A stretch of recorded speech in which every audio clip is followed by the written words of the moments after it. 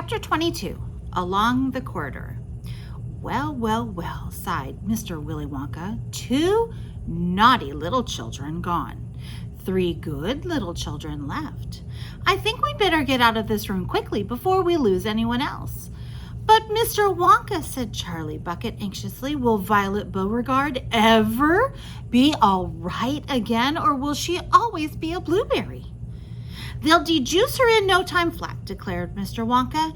They'll roll her into the dejuicing machine, and she'll come out just as thin as a whistle.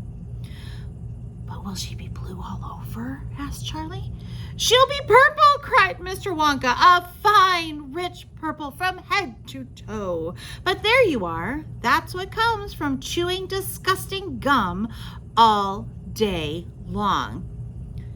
If you think gum is so disgusting, said Mike TV, then why do you make it in your factory? I do wish you wouldn't mumble, said Mr. Wonka. I can't hear a word you're saying. Come on, off we go. Hurry up, follow me. We're going into the corridors again, and so saying, Mr. Wonka scuttled across to the far end of the inventing room and went out through a small secret door hidden behind a lot of pipes and stoves. The 3 remaining children, Veruca Salt, Mike TV, and Charlie Bucket, together with the 5 remaining grown-ups, followed after him.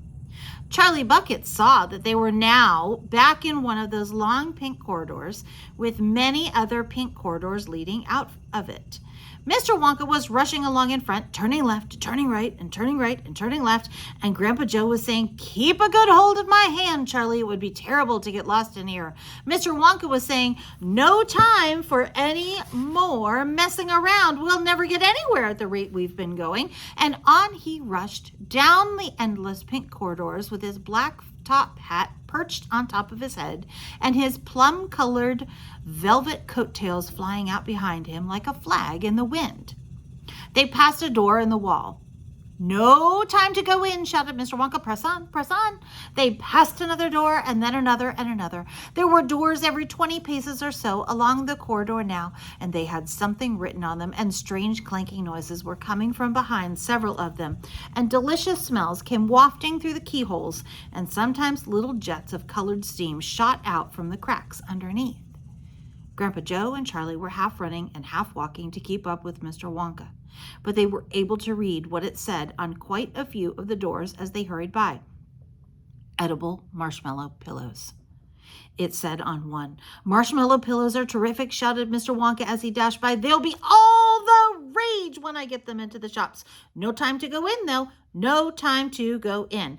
"Lickable wallpaper for nurseries," it said on another door. "Lovely stuff, lickable wallpaper," cried Mr. Wonka, rushing past. "It has pictures of fruits on it. Bananas, apples, oranges, grapes, pineapples, strawberries, and snozberries."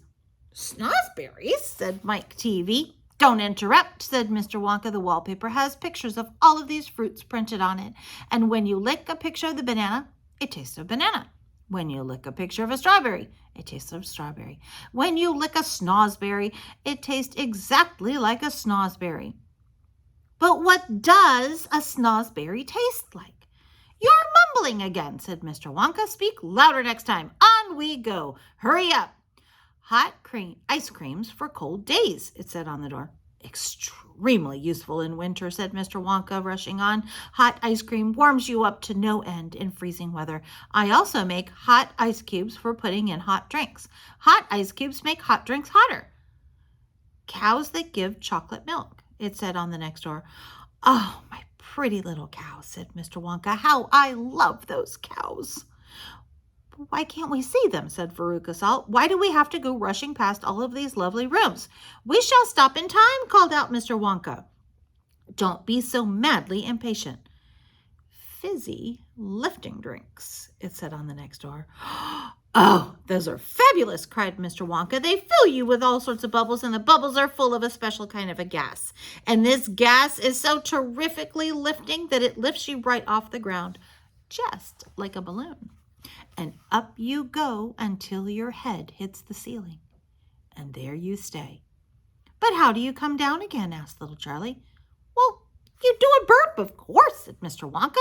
"You do a great, big, long, rude burp."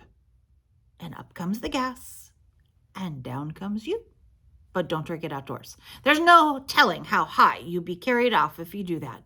I gave some to an old Oompa Loompa once out in the backyard, and he went up, up, and disappeared out of sight. It was very sad. I never saw him again. Oh, he should have burped, Charlie said. Well, of course he should have burped, said Mr. Wonka. I stood there shouting, burp, you silly, burp, or you'll never come down again. But he didn't, or he couldn't, or he wouldn't. I don't know which. Maybe he was too polite. He must be on the moon by now. On the next door, it said square sweets that look round. Wait, cried Mr. Wonka, skidding suddenly to a halt. I'm very proud of my square sweets that look round. Let's take a peek.